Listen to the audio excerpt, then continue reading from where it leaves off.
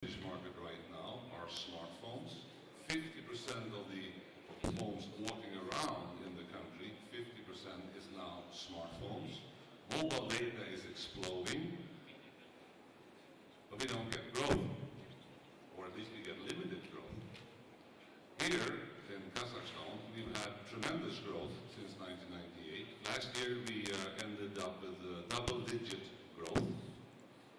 So in first instance, when we invest in a country like Kazakhstan, it's because we need growth. All business needs growth. To get growth, we need stability in the country and we need predictability. I think the 5 years I've been involved in this, and I've been on the Foreign Investment Council of President Nazarbayev now for 4 years, I think Kazakhstan can be characterized with stability and predictability in terminal times. I mean, we've had really tough times in the world economy. And as the chairman says, we are here to build an infrastructure in the country. So is Lorenzo. Compared to the oil and business foreign investors who are here to explore and export the oil and the gas, we are actually not here to export anything. We invest in your country, the $2 billion, to create an infrastructure that is a prerequisite for further investments. Kazakhstan leadership talks about diversification of your economy, to be less dependent on oil and gas, which is absolutely strategically right. A prerequisite is that there is an infrastructure. Nobody will come to Kazakhstan and invest unless there are telephones or roads. So not only do I think we have an attractive investment for our shareholders, I also am arrogant enough to say I think you're doing very good for your country. So the answer, that was the long answer, why I'm happy. So thank you very much. So let me continue this successful stories. I would like to appreciate on behalf of you this investment from Telesenera to Kazakhstan. And from the other side, I would like to ask Mr. Lorenzo Simonelli about their decision of GE, which is a global company, and to my mind, if GE working in the country is a good message for the countries. I think it's an interesting market, and I think it's a right atmosphere for investors. So could you share your vision? First of all, Mr. Prime Minister, thanks very much for the invitation, and it's a pleasure to be here. As we look back at the history that we've had with Kazakhstan, it's one of very strong partnership. If you look at the way in which Kazakhstan is situated, you have a nation that is at the crossroads of Europe and Asia. You also have a nation that is at the center point of a customs union. So when you look at the positioning, it's very strategic. So from a macro perspective, General Electric looked at Kazakhstan as being an opportunity to develop in a marketplace from which we could export and from where we could have a good economic climate. We entered into our initial negotiations in 1997, modernizing the locomotives that existed here. One of the key things for the nation was to have a good transportation of freight.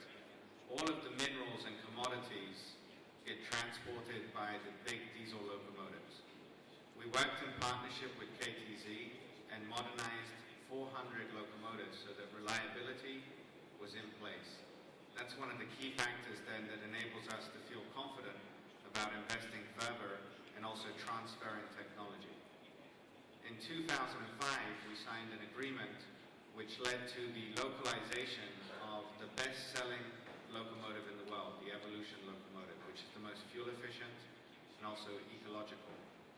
That locomotive today is built here in Astana. 40% of that locomotive is from local content. There's over 1,000 people that are working in the factory. So again, it's an example of there's a market opportunity of what's required from an infrastructure perspective, but then also exports that can be made to the other regional players. And some exports are being made to Turkmenistan, and we're also looking to export to Russia. We're taking it a step further and now looking to further localize in other componentry and engines as well.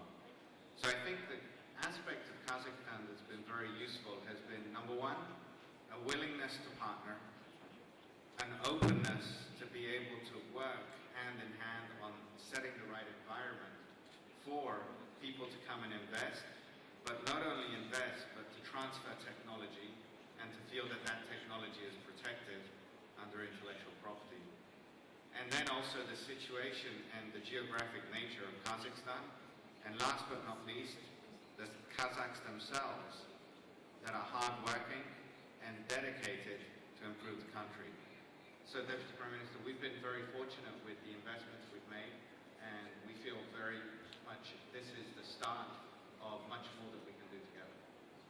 Usually people thinking that GE interested only in railways in Kazakhstan. Could you clarify more about your planning in industries?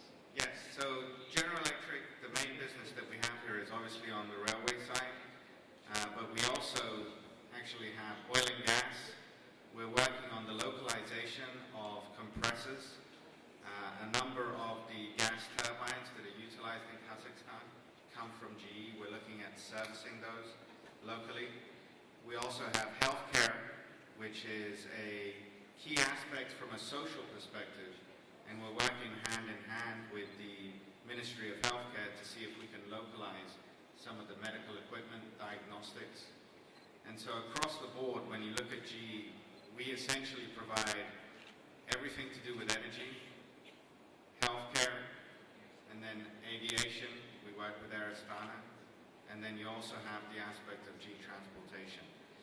Our key theme when you think of General Electric is we think to be a global company, you need to be local.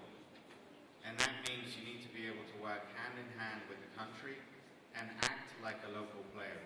In each of our divisions, from the oil and gas to the energy to the transportation, we have projects underway where we will localize technology and then partner to export from Kazakhstan.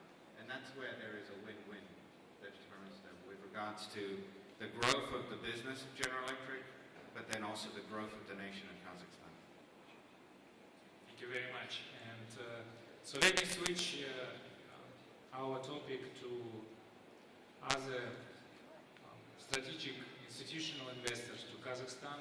I'm talking about the European Bank for Reconstruction and Development. And I would like to ask a little bit other way. So we talk about two successful stories. You are working since 1992 in Kazakhstan.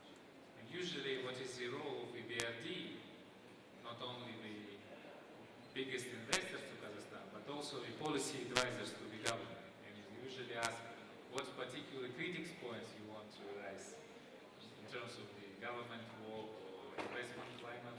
Maybe, Mr. Dekan, could you share your vision? Where we are, what was done and what we should do in order to really be investment haven? That's a heavy question.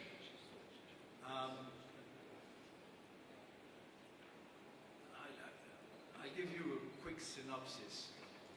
We've invested quite a lot of billions in this country, 2/3 of it in the private sector. Today we have a portfolio of $2.5 billion. 1/4 in equity, 3/4 in debt. 55% in infrastructure or energy, 1/4 in corporates, and only 20% in the banking sector.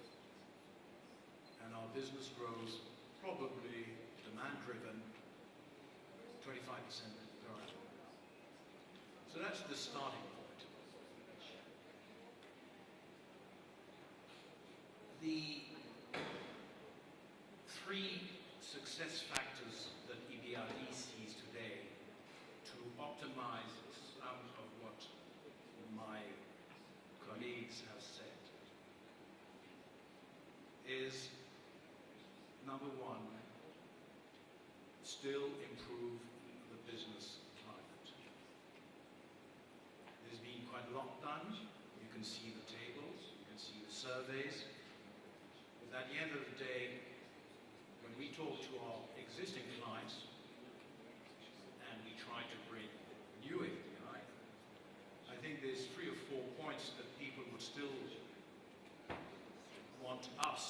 BRD and the government mainly to address. It is dealing with customs, high-level perceived corruption. Somebody already said lack of technical and management skills.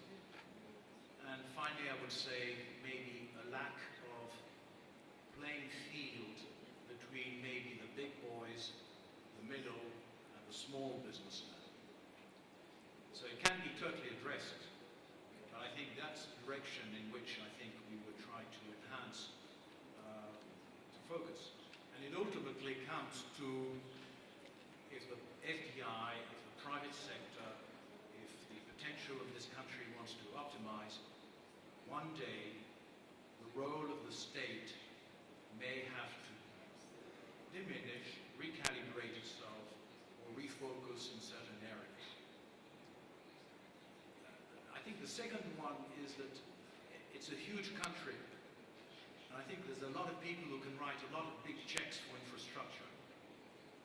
You have thousands of kilometers. You have megawatts of deficit of generation to support the growth.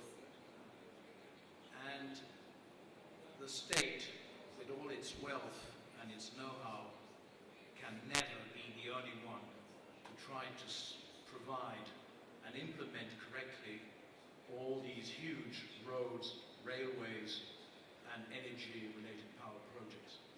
So the second factor that I would say, and we've talked about it, is go for an increased role of the private sector in infrastructure, i.e. the famous magical PPP. But this word has been very misused many years in certain countries, including in Kazakhstan. So I think that we look very much forward to the renewed government's, I would say, commitment to try to make the role of the private sector in infrastructure is critical.